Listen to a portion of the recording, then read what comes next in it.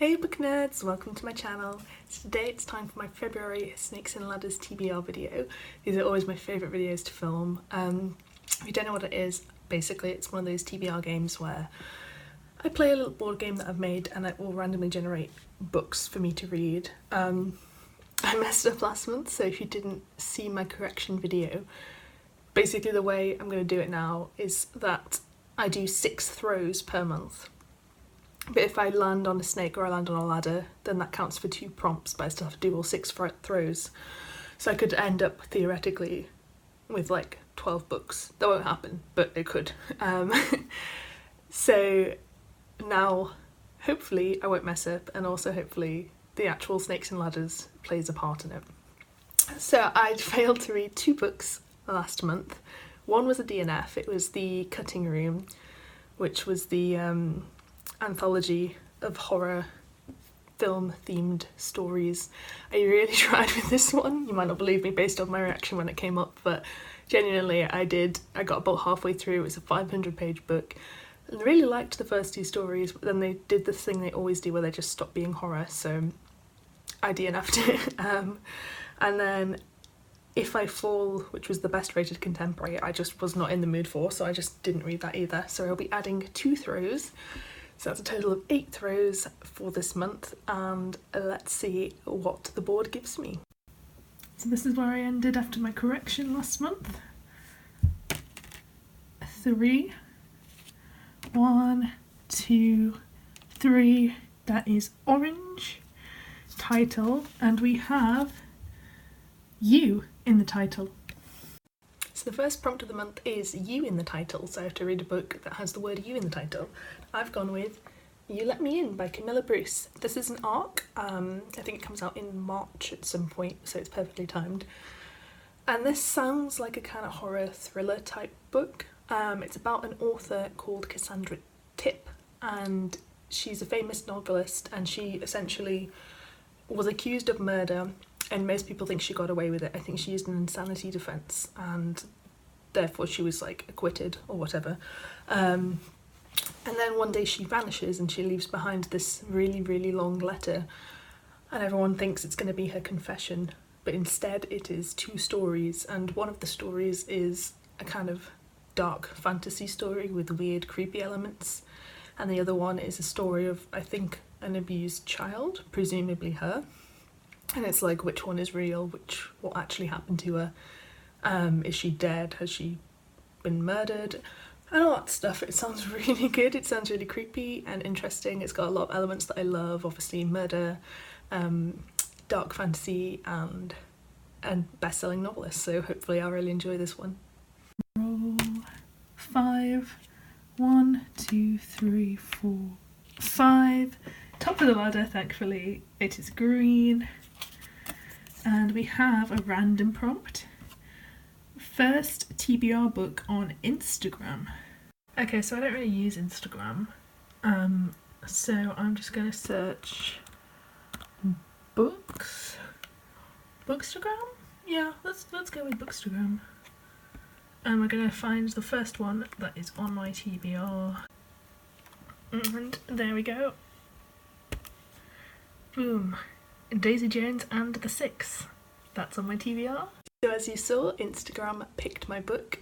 Just to clarify, all of these will be the first book actually on my TBR, because my TBR is massive, I'm not adding more books to it. Anyway, I got Daisy Jones and the Six by Jenkins Reid. This, I wanted to read for about a year now, since it came out, and it's one of my books that I really want to read this year. So it's good that it came out. I don't know if I'm in the mood for it this month, but I guess I'll just read it anyway.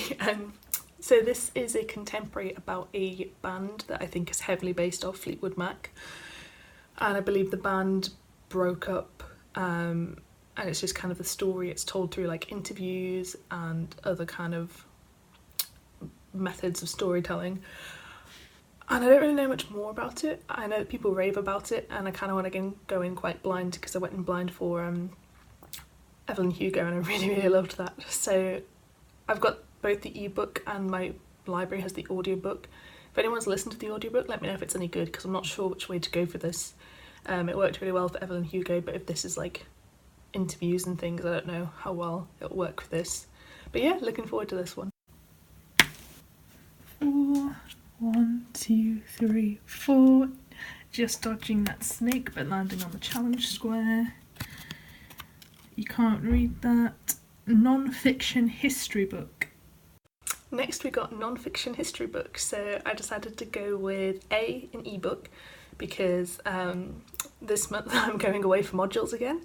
Forgot to mention at the start of the video, but if you remember, I went away for modules in November, and my modules are 9 to 5 every day for 4 weeks. They're very intense. 2 of them I live in a travel lodge in London while I'm taking part in them, and basically I read like 9 books in total in November, which is a lot for some people, but it's really not a lot for me. So I don't even know how February's going to go. But anyway, I went with an ebook for that reason, and I also gone with one of the books that was my top 10 non-fiction books to read this year. And I picked Divorced, Beheaded, Died by Kevin Fludge.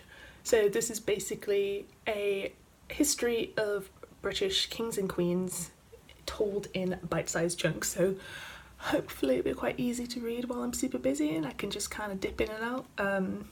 But yeah, my knowledge of monarchies used to be really good when I was a kid and it's not anymore, and I'd love to get that knowledge back, so this should be interesting. So we're at the top, so we're just going to go around again. 1 yellow, that is a goal.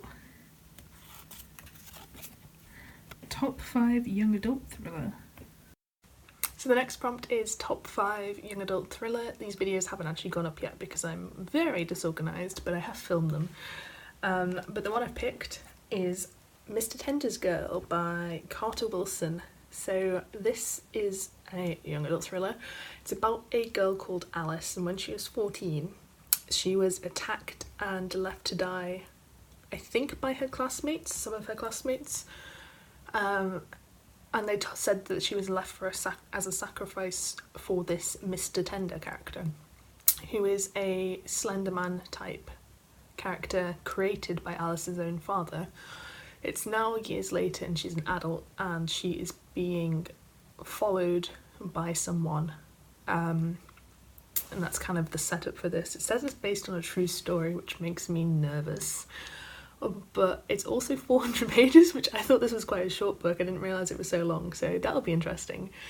I think this sounds really cool. I know Chelsea from Chelsea Darling Reads does not like this book, but I had to add it to my TBR because it just sounds really interesting, and I do have a habit of liking books that others don't, so maybe this will be one of those. Rolly. That's a 6. Ooh. 1, 2, 3, 4, 5, 6. Yellow again, another goal. Do we have top 5 thriller? Next we have top 5 thriller. So again, this is from the videos that haven't gone up yet, but I've selected 5 books for the year from each of these genres that I want to read. For thriller, I've gone with In a Cottage in a Wood by Cass Green, because I've been saying I'm going to read this book for like 2 years now and I've not read it yet. This is a thriller about a woman who she sees another woman about to kill herself, and before the woman jumps she gives her a key to this cottage in the woods, and when she goes to the cottage in the woods things are a little bit weird. There's like bars on the windows and creepy stuff going on. It sounds really cool. So many people have told me this is a really good thriller. Nicole from Beautiful Chaos of Books really likes this book, and I'm pretty sure I'm going to love it and I need to just read it already, so this is going to be the month where I get to it. 1 ladder, so double prompt. So this one first, which is challenge, and that is oldest book on my TBR. And then I go up this ladder, that is green, and we have first book from a haul video. So this is someone else's haul video. So I'm here on my YouTube subscriptions. This is the first haul video I can see. Let's see if there's any books that are on my TBR. First one is Caraval by Stephanie Garber. This is a really beautiful proof copy. I believe that this is... So I think this is on my TBR, and if it is, it came from York, which is even cooler. So let me just check. Yep, there we go, it's on my TBR. Guess I'm reading Caraval. So we have a double throw. We have first the oldest book on my TBR, and this is perfectly timed because I just finally found a book in a charity shop that I've been looking for about 5 years, genuinely, and that is Don't Look Back by S.B. Hayes. So this is like a young adult thriller, I think. I read Poison Heart by this author, and it was kind of like a thriller with vague supernatural elements, but I think this is kind of rooted like a contemporary type thing. It says Sinead's brother Patrick is an addict, and he's really controlling and manipulative, and then he goes missing, and when she's hunting for him she meets this guy called James, and James, they basically start up a romance, but then she can't escape from the shadow of her brother hanging over her. Don't know if this is going to be more thriller or more contemporary. It sounds really interesting, and hopefully it won't let me down after I've been looking for it for so long. But yeah. Next pick was the first from someone else's haul video that was on my TBR, and that came up with this rather surprising Caraval by Stephanie Garber. I couldn't remember if this is on my TBR, but it definitely is. This is a fantasy book that I added ages ago, and it must be on my Kindle, and it's about a girl who visits like a magical carnival, and there's some kind of game she's playing, I think to get her brother back. I don't really remember, to be honest, but I know it's fantasy. I know that loads of people love it. I think the third one came out fairly recently, based off my Twitter feed, but I don't know if that's true. And yeah, it's the first in a series. I might not read the whole series, but now I'm reading the first one. And to be honest, it's nice to have a little bit of variation because I've got quite a lot of thriller type things this month so far, so this is a good one to have in there. 5. 1, 2, 3, 4, 5. Yellow again. Newest arc. We have the penultimate throw now, and we got newest arc. So my newest arc at the time of filming is Pretty Guilty Women by Gina LaManna. So this is I say it's a thriller. It's a thriller in the same way Big Little Lies is a thriller. So it's literally compared to it as well in the blurb. So maybe more like contemporary thriller? I don't know how you classify it. I would still call it a thriller. But anyway, this is about 4 women who are all confessing to the same crime, and you don't know why. I don't know what the crime is, but that sounds like a great setup, especially if it's told in the tone of Big Little Lies. I know it's not everyone's cup of tea, but I really enjoyed that book, and I'm hoping that this will be as entertaining and as kind of creative with what it does. It keeps me engaged beyond that initial premise, so fingers crossed this will be good. And this, I think, comes out quite late in the month. Yeah, this comes out March 5th, and You Let Me In comes in March 3rd, so both of these are March ones. 1. Snake. So, pink. We have theme park. And then I go down the snake. It's pink again. Evil teens. So the final throw is a double throw again, which brings me up to quite a few books this month. It's like 11, 12, I think. Wait, 10. I can't do maths.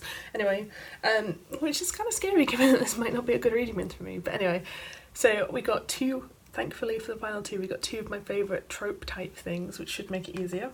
The first one I picked for the theme park is Ghostland by Duncan Ralston. This is a book I found on Kindle Unlimited. To be honest, I've read the description several times and I still can't quite work out what it's about. There is a theme park, I think a virtual reality theme park with ghosts, and then there's 2 kids and one of them's got post-traumatic stress disorder, so visits this ghost theme park to tackle her demons, and her friend has gone with her. And then there's a computer virus and the ghosts get out of the virtual reality. I don't really know. This might be middle grade, but it seems kind of like I'll enjoy it anyway. It sounds like it's going to be insane. It's also super long. But yeah, hopefully the theme park stuff and the ghost stuff will be really fun, because that does sound like it's up my street. Final Snakes and Ladders book of the month is Monster by CJ Skuse. I just read The Alibi Girl, which is my first CJ Skuse book, but I've got almost all of them on my TBR. And this is a young adult thriller with a really creepy cover. And it is... Actually, mine doesn't have it. On some editions, there's like a monster there, but mine's just got trees, which is interesting. Sorry, getting distracted. Anyway, this is a young adult thriller about a girl who goes to a boarding school, and then there's a snowstorm and all the teenagers get trapped in the snowstorm. And then it says there's a weird thing outside. I picked this for the evil teens trope because it's a young adult thriller, and I assume that at least one of the teenagers will be evil if there's creepy stuff going on, but I could be wrong. Hopefully I'm not. Yeah. So yeah, so those are all of the books that my Snakes and Ladders TBR has picked for me. There's also Valentine's readathon going on, and the Ladies of Horror Fiction readathon going on. I would love to take part in both of those. I'm not sure how kind this Snakes and Ladders has been to those prompts, but I'll do my best. I will probably do another joint video where I talk about both those readathons and what I'm reading for the different prompts. I will do that at some point soon, probably, maybe. But yeah, I hope you enjoyed this video. Thank you so much for watching. If you did enjoy it, please give me a thumbs up, it helps me out massively, and I hope to see you next time.